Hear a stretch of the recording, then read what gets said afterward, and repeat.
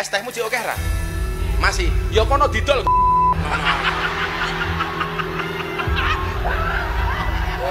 Dolen dhisik, kok lak rong payu wis takdir.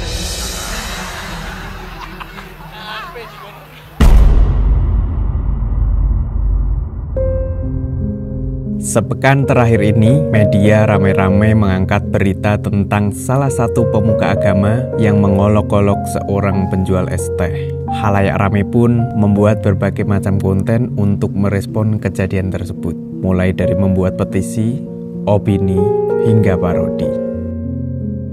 Beli nggak? Kalau nggak beli nggak usah ngoceh. Ironi memang, tapi inilah kenyataan yang sedang terjadi. Komedian jangan bawa-bawa agama dong. Sekarang saya balik.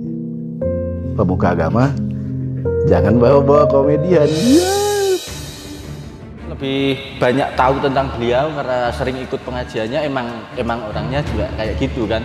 Alhamdulillah buat Bapak juga udah dinaikkan derajatnya juga sama Gus Miftah itu namanya. Itu kan. Aduh, itu bener-bener bukan cuma aku sih ya, bukan cuma dari pihak aku yang merasa kayak sakit hati juga ya. Emang pedagang es teh apa ya? Seburuk apa sih, kayak serendah apa kok bisa dibilang seperti itu gitu.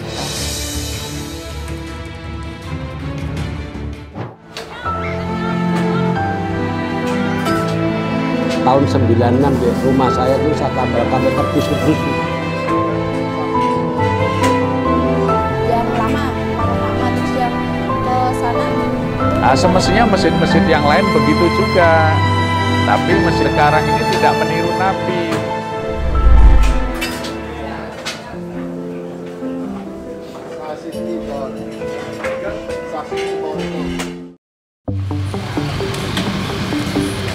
Menjamurnya penjual es teh yang lapaknya berjajar hampir di sepanjang jalan, nyatanya minuman ini bertahan cukup lama di era gempuran minuman kekinian lainnya. Bisa dibilang es teh adalah minuman yang bisa dikonsumsi oleh semua kalangan, mulai dari anak-anak sampai orang tua. Seperti misalnya tren es teh jumbo yang ada di Jogja ini, yang salah satu penjualnya mematok harga yang nyaris tak masuk akal. Inilah es teh jumbo Bang Ded. Nama saya Tiana Lailatul Inayah, umur 28 tahun.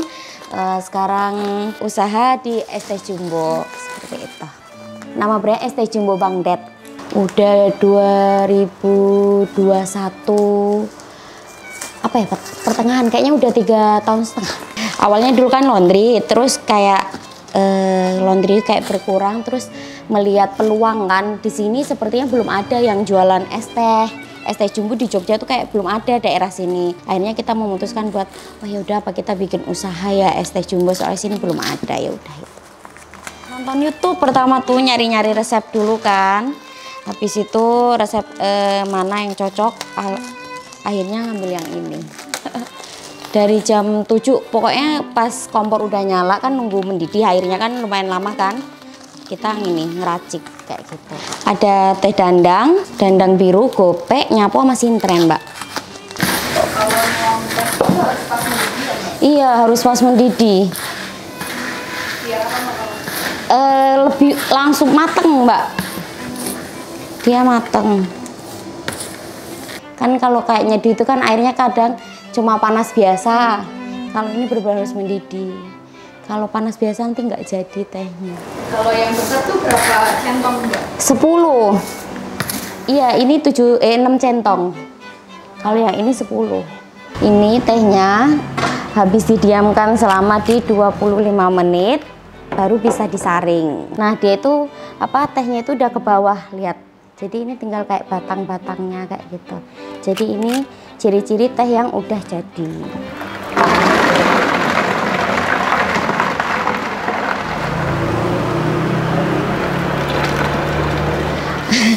Alhamdulillah bisa 54 liter. Kadang lebih, kalau bener-bener panas bisa sampai 70-an. Alhamdulillah. Paling hujan ini kita ngambilnya di 30 liter, 35. Jadi kita nggodoknya kayak gini. Kan sebenarnya ada panci satu lagi gede, cuma kita nggak pakai. Modal awal sekitar 1,5. Soalnya gerobaknya itu lungsuran. Awal usaha bener-bener modalnya mepet, Mbak. 1,5 dapat gerobak lungsuran, alhamdulillah. Harganya 3.000 Kak. Iya, aku cuma jual es teh jumbo cuma satu varian aja, original. Iya, tidak ada yang rasa-rasa kayak kita. Es teh jumbo dengan harga 3.000 ini memunculkan pertanyaan, bagaimana penjual es teh bisa tetap untung, apalagi di tengah ketidakpastian kenaikan harga bahan pokok seperti teh, gula, dan kemasannya. Untung Kak, kenapa aku untung? Karena aku tuh ngambilnya langsung porsi jumbo, kayak porsi apa ya, banyak kalau kulaan seperti teh. Teh itu kalau ngambil langsung satu bal seperti itu kan harganya lebih miring dibanding kita cuma beli satu pak seperti ini kayak gitu. Seperti cup, sedotan, cup seller kayak gitu Kak. Jadi ya alhamdulillah untung dijual 3.000. Oh, satu gelas itu keuntungan di Rp800 untuk es teh. Buat kehidupan sehari-hari, terus ada tabungan juga kayak gitu. Tergantung kitanya manajemen sih Mbak. Alhamdulillah beli motor, habis itu beli motor VR, ya kayak gitu Mbak, sama tabungan udah kita.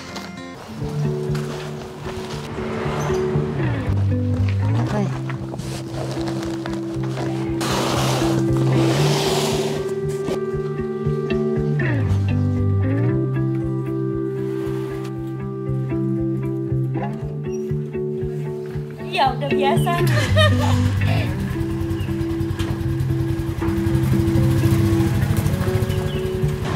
Mbak Tiana adalah contoh konkret bagaimana sebuah inovasi kecil bisa memiliki dampak besar terhadap ekonomi masyarakat lokal. Bang Ded itu namanya suami. Kan ini usaha suami, istri hanya mensupport dari belakang. Sebagai perintis, daya juang dan semangatnya tak pernah surut. Saat ini ia tidak hanya menjual es teh jumbo, tapi juga ada aneka snack, bakaran, dan gorengan. Amit ya. Kalau es teh itu dulu kan aku belum yang di sini Mbak. Dulu aku masih yang di depan SD Pas di situ. Di situ ya awal merintis ya Mbak, paling laku berapa 5, kadang laku 6, kadang bener-bener nggak laku langsung hujan, kadang buang teh bener-bener banyak banget. Nah itu. Terus yang kedua pas di saat udah mulai trafficnya udah mulai naik, omsetnya naik, disuruh pergi dari lapak kayak gitu. Karena ya itulah makanya ya. Terus dituduh pakai apa? Pesugihan kayak gitu loh. Nah iya Mbak, aku dibilang gitu. Itu kayaknya pakai pesugihan, itu gini ya Allah. Rasanya sakit Mbak kayak gitu. Namanya orang rantau ya, aku kan bukan asli Jogja, dikatain kayak gitu ya, apa ya, down kayak gitu loh Mbak. Terus ternyata saya pergi dari tempat itu, yang punya tempat ternyata jualan es teh. Habis itu es teh beliau nggak laku, malah ngomong saya gini, itu kayaknya nganu saya deh, dukunin saya itu jadi nggak laku, akhirnya tutup kayak gitu. Ya kayak gitu Mbak, namanya orang merintis ya, usaha kadang ada yang nggak suka kan.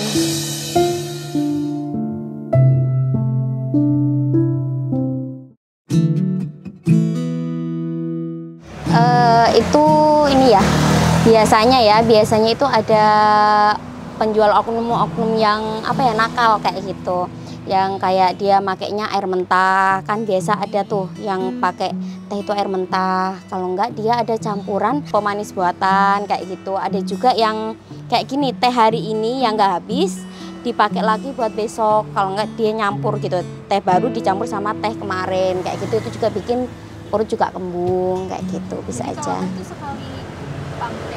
Iya, teh itu sekali pakai aja, kalau sehari itu ya udah dipakai sehari itu aja gitu. Nggak bisa buat besok kayak gitu, nggak bisa. Gini Kak, kan beda antara teh fresh sama teh yang udah layu, kan rasanya kan beda Kak, kayak gitu. Teh seger tuh rasanya tuh kalau diminum tuh masih seger kayak gitu loh. Tapi kalau udah teh kemarin diminum tuh kayak cuma ada rasa manis doang, manisnya tuh kayak melekat kayak gitu.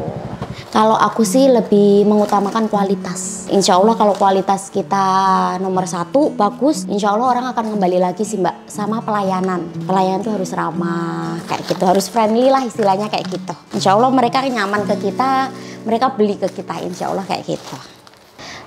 Mungkin dari segi rasa juga, Dan dari segi pengolahan, kadang kan ada yang pengolahannya beda gitu kan, sama cara penyajiannya. Kalau kita kan memakai gula pasir, pas ada pembeli baru diaduk, jadi tidak pakai gula cair. Nah, itu yang membuat mungkin ya pelanggan lebih seretnya di situ. Kadang ada yang tawar, lah sugar 1 sendok, 1,5 kayak gitu Kak. Jadi mereka tuh lebih apa ya, lebih enak gitu Kak. Monggo nih. Maraknya penjual es teh jumbo dengan harga murah tentu membuat beberapa penjual angkringan terusik. Salah satunya angkringan Babe. Aslinya Pak Yatiman. Kalau angkring namanya Babe angkringannya. 2005. Oh, pengaruh jelas. Ya, lumayan pokoknya pengaruhnya. Sepi. Banyak lari yang ke jumbo soalnya. Ya, kualitasnya ditingkatin tapi ya tetap aja. Omset penurunan. Rasanya ya agak sedih sih. Misalnya banyak saingan, gitu aja. Assalamualaikum Kakak, waalaikumsalam. Halo Kak, Nafisa, selamat bergabung. Memang pada kenyataannya dalam berbisnis seorang pelaku usaha dianjurkan untuk melakukan berbagai inovasi agar tetap eksis di kalangan masyarakat. Salah satunya dengan aktif di sosial media. Kakak Dede Doraemon, thank you very much kopinya. Ya Allah, aku jadi nggak ngantuk. Piye iki dikei kopi akeh koyo ngono. Nah, aku ngantuk nggak ngantuk, aku ameh turu pada. Ini sekarang lagi apa, konten kreator TikTok. Lagi ini nyoba live, alhamdulillah. Lihat dari kayak di TikTok tuh kok, oh ini kok jualan ini dia live kayak menarik ya, banyak yang nonton juga kayak gitu. Terus aku kayaknya kita mulai ini aja deh, main TikTok aja gitu. Tapi alhamdulillah langsung FYP. Gimana rasanya Mbak FYP itu pertama kali FYP? Seneng banget. Seneng banget, kayak nggak nyangka gitu Mbak. Ya kayak, wah sekarang artis TikTok kayak gitu loh Mbak, ya Allah.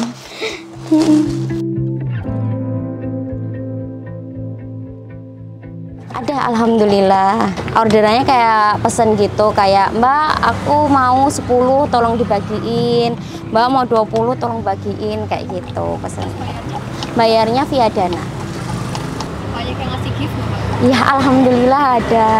Giftnya tuh kayak ada mawar, ada teddy bear, ada yang topi, banyak. Pernah dapat endorse?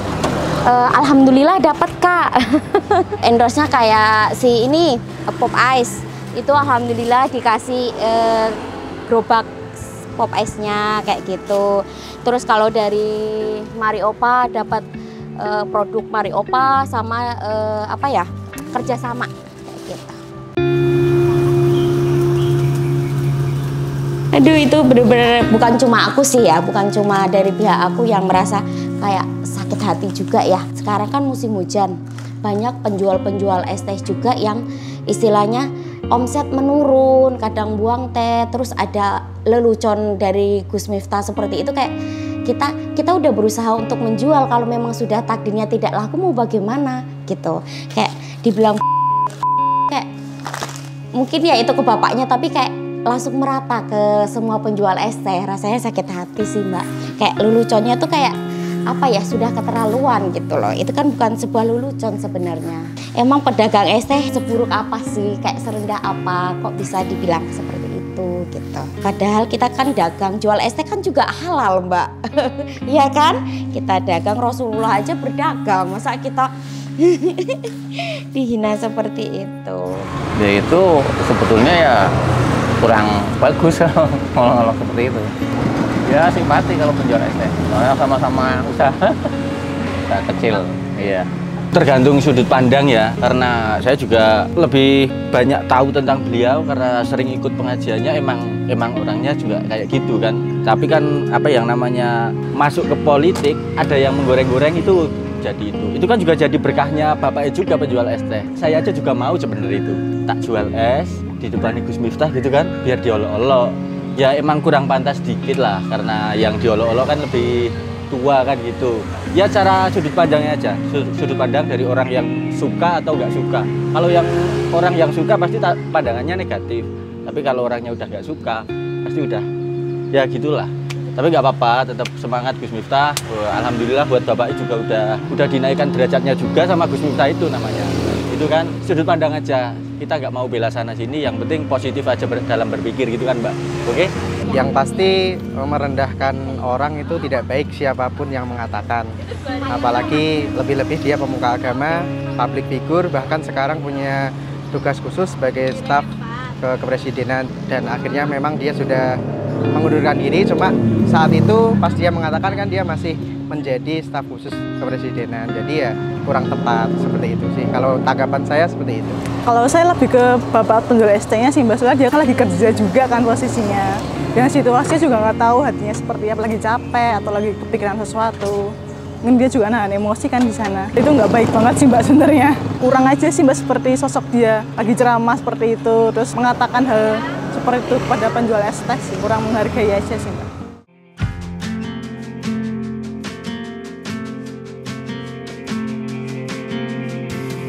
Ya pokoknya intinya kalau aku semoga apa ya, semakin banyak yang mengenal, semakin banyak yang suka sama ST Bang Ded ini, sama insya Allah bisa buka cabang di beberapa titik kayak gitu.